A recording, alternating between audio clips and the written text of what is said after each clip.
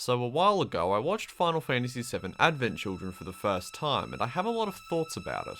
Before we start, it's important to mention that I've never actually played Final Fantasy VII before. It's also important to mention that that statement has become very outdated while I've been working on this video. And the only Final Fantasy related content that I've experienced are the Final Fantasy mobile games, Final Fantasy VI, and I guess Kingdom Hearts falls into this category as well. You could also add Final Fantasy XIV to this list, as I started playing it shortly after I started 7. But despite having no prior knowledge of the Final Fantasy VII universe, I overall enjoyed watching Advent Children. My family, however, that was a terrible idea. The best way I can describe their reactions is that they thought that they could jump into a movie that continues the plot of a JRPG without understanding what the basic plot was, which was a mistake to say the least.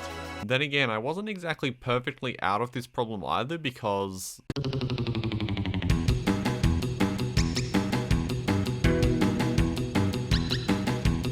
so you'll have to excuse me for sounding a bit flat and weird in a lot of cases, because I am reading the script while I'm doing this, because do you think I can memorize this? This segment goes on for 3 paragraphs. But basically what happens in Final Fantasy VII, the whole universe, not just Final Fantasy VII, it starts off with this guy, Zack.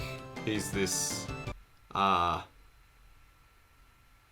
he's like Cloud, but with black hair, and I haven't played Crisis Core. That is important to note. Who obtained the Buster Sword from this other guy called Angeal, who's working with this Japanese song artist named Gact, who in these games is called Genesis, to do things that I'm sure make sense to them, and both Angeal and Genesis are friends with Sephiroth. Angeal dies at some point, which probably was a sad scene for people who cared. I don't. Giving Zack the Buster Sword. Zack finds a Shinra soldier, which we will get back to, named Cloud, and they go on some merry adventures together. Sephiroth receives information that this genuine question, what is Genova? Like, in the game they say that she's an alien, but I mean, she definitely does fit that description. Named Genova is actually his mum. It's Lucrezia. Spoiler alert. So yeah, Zack dies, which makes Cloud go insane. Something along those lines. And somehow get some of Zack's memories. Do we actually know how that works? Does that have a description? Or is he just like, no! Oh, hey, I'm a soldier. Yay. And starts calling himself a first-class soldier. Soldier being Shinra's army. Shinra is an electric company that has found a way to get energy from the planet's life source, which makes a lot of people unhappy. So basically Shinra is going to kill the planet because of exploiting resources. Where have I heard that before? A group called Avalanche, which consists of your party members in the game, goes to blow up something of Shinra's. It's a power plant, I believe, but the game is like, oh, it's not a power plant. I don't know. What is it? And then that leads on to more merry adventures featuring Aerith, who later dies to Sephiroth. Sephiroth is also going to use a giant meteor to destroy the planet. Cloud and his friends end up stopping him with the power of the planet, and also Aerith, who is dead and not dead. There are a few more things that I couldn't really talk about, like the Turks, which are basically Shinra's FBI, the Sentra, who are the original inhabitants of the planet that Final Fantasy VII takes place on. Aerith is one, somehow. I don't know, like, if they went extinct several years ago, how is Aerith one? Also the fact that if you didn't know who Vincent Valentine or Yuffie were, you'd be confused why this movie's just randomly adding characters with no context. I keep on forgetting that Denzel exists, to be honest. Okay, that segment was weird. Let's go back to being normal. So yeah, despite not being very well versed in Final Fantasy VII lore, I enjoyed the movie. The only problem with my feelings towards the movie is that if I were to talk about the movie to anyone, the person I'd be talking to would get the idea that I don't like this movie because I have a whole lot of negatives and not many positives. So let's make a start by talking about the story, because that is why this movie exists in the first place. After he finished defeating Sephiroth and saving the world, Cloud decided to become a mailman.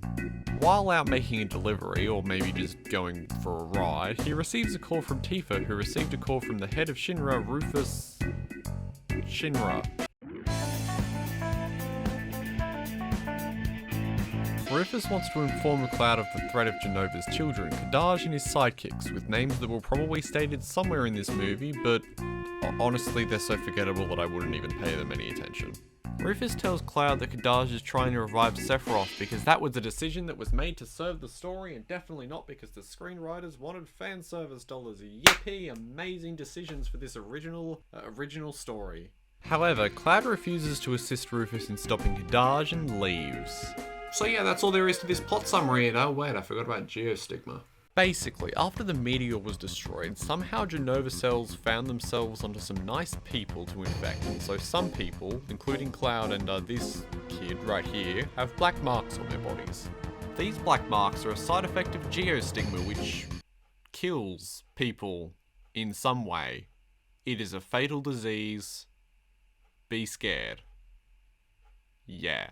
They don't really explain why Geostigma is important to the plot. It's kind of just there so Kadaj can have dialogue about being like, oh, Cloud is our brother. He's one of Genova's children, even though that's not how that works.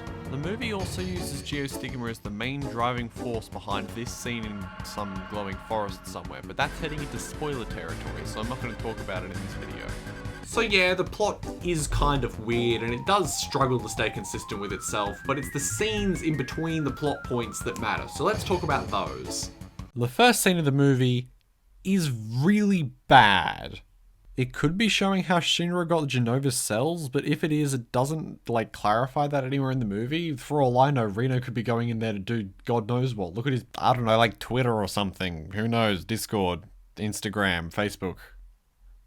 Social platforms in the Final Fantasy VII universe.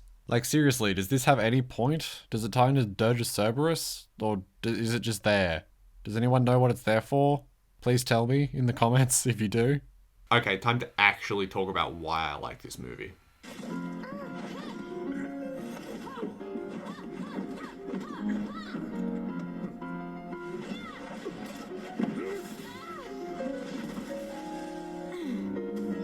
Seriously though, how could I not love this movie?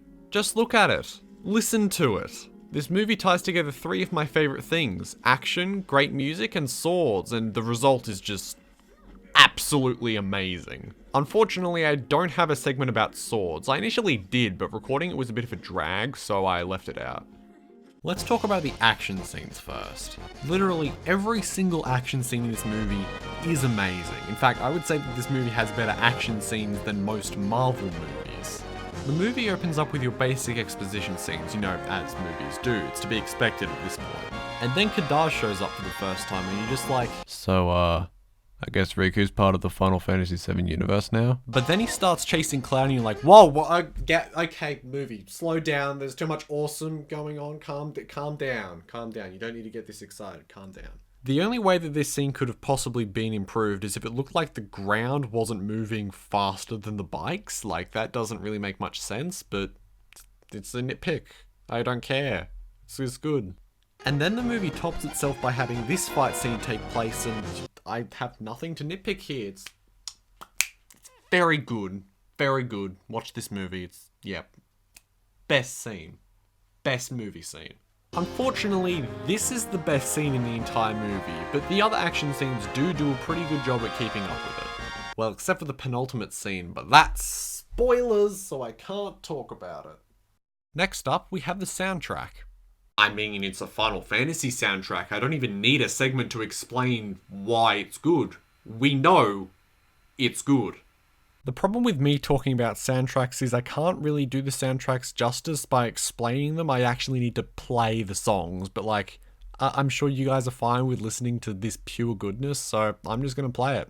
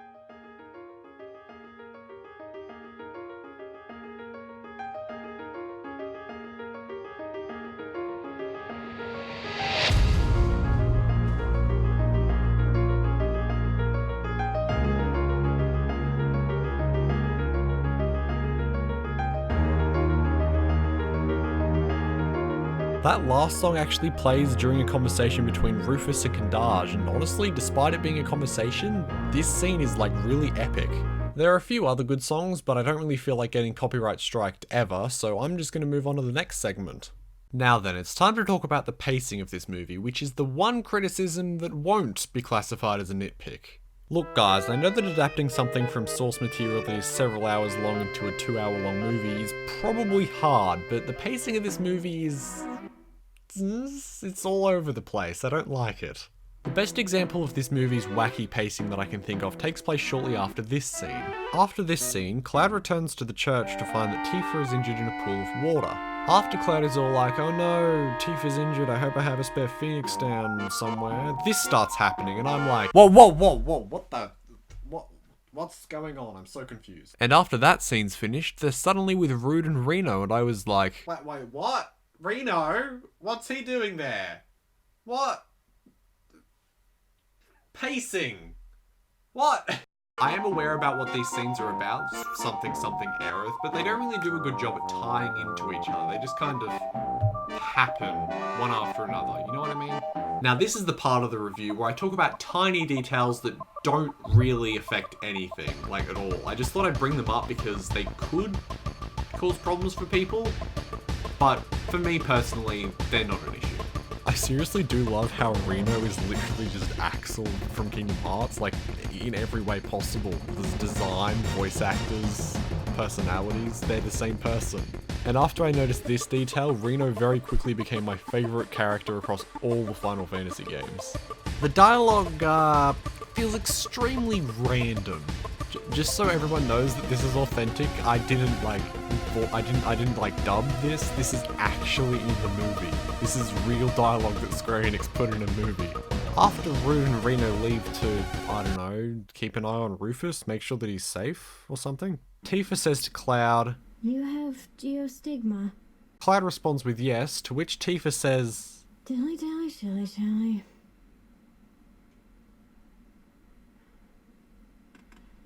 Dilly dally shilly shally.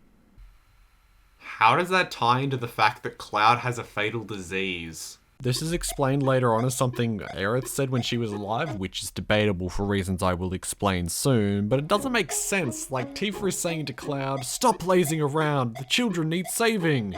Wait, how long have I been unconscious for, and how do I know that? Also, while on the topic of Aerith, why will she not stay dead? Like, seriously, when she died in Final Fantasy VII, it was one of the most emotional scenes in gaming up to that point. So emotional, in fact, that you can still see people bringing it up today. But the impact of such a scene like that is completely negated when Aerith descends from the heavens to save Cloud from stubbing his toe on furniture. And while still on the topic of Aerith, this scene here really bothers me. After Cloud defeats... I just realised I included spoilers in the script, so that was a good idea. But come on, like, seriously, we all saw this coming. Everyone did, so...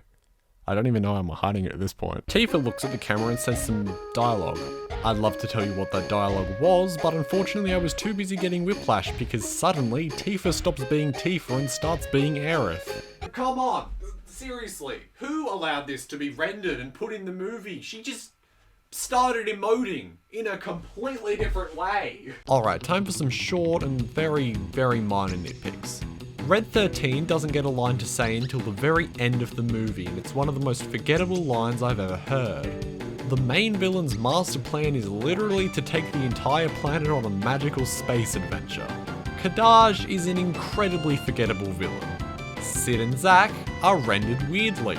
And speaking of Zack, he just randomly shows up at the end of the movie to stand in a doorway, even though he would have served the plot in a bigger way than Aerith ever could have. Like, imagine that. Cloud is down because he lost the kids, and while Vincent is taking Marlene to a safe place, Zack descends from the heavens to give Cloud some wise words of wisdom, tell him what to do, maybe even give him a super materia or something, I don't know. No matter what they did with him though, it would have been way better than, Cloud, I can see that you're about to die. Let me just conveniently stop being dead to come back and save your life. Hello spoiler dodgers, welcome to the end of the video. Are you ready for me to explain why this movie isn't a complete waste of your time and or money? Overall, Final Fantasy VII Advent Children is one of the best movies I've seen in a while, even better than Avengers Endgame. It has some great characters, an amazing soundtrack, swords for days, and action scenes that should be remembered as some of the best to ever be put on a screen. However, the weird pacing could be a big barrier for some people and could definitely turn some people off. In fact, it almost did for me. So yeah, I would say that Final Fantasy VII Advent Children is definitely a movie that you should watch, even if you aren't that familiar with the source material like I was. Also important to mention, but there is actually another version of this movie called Final Fantasy VII Advent Children Complete, which adds some scenes, and I didn't actually watch this version. When I inevitably buy this movie, it'll probably be with this version.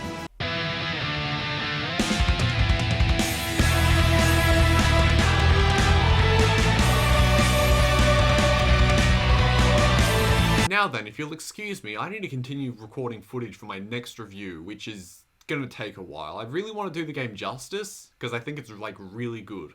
But anyway, thank you for watching, and I will hopefully see you next time. Bye.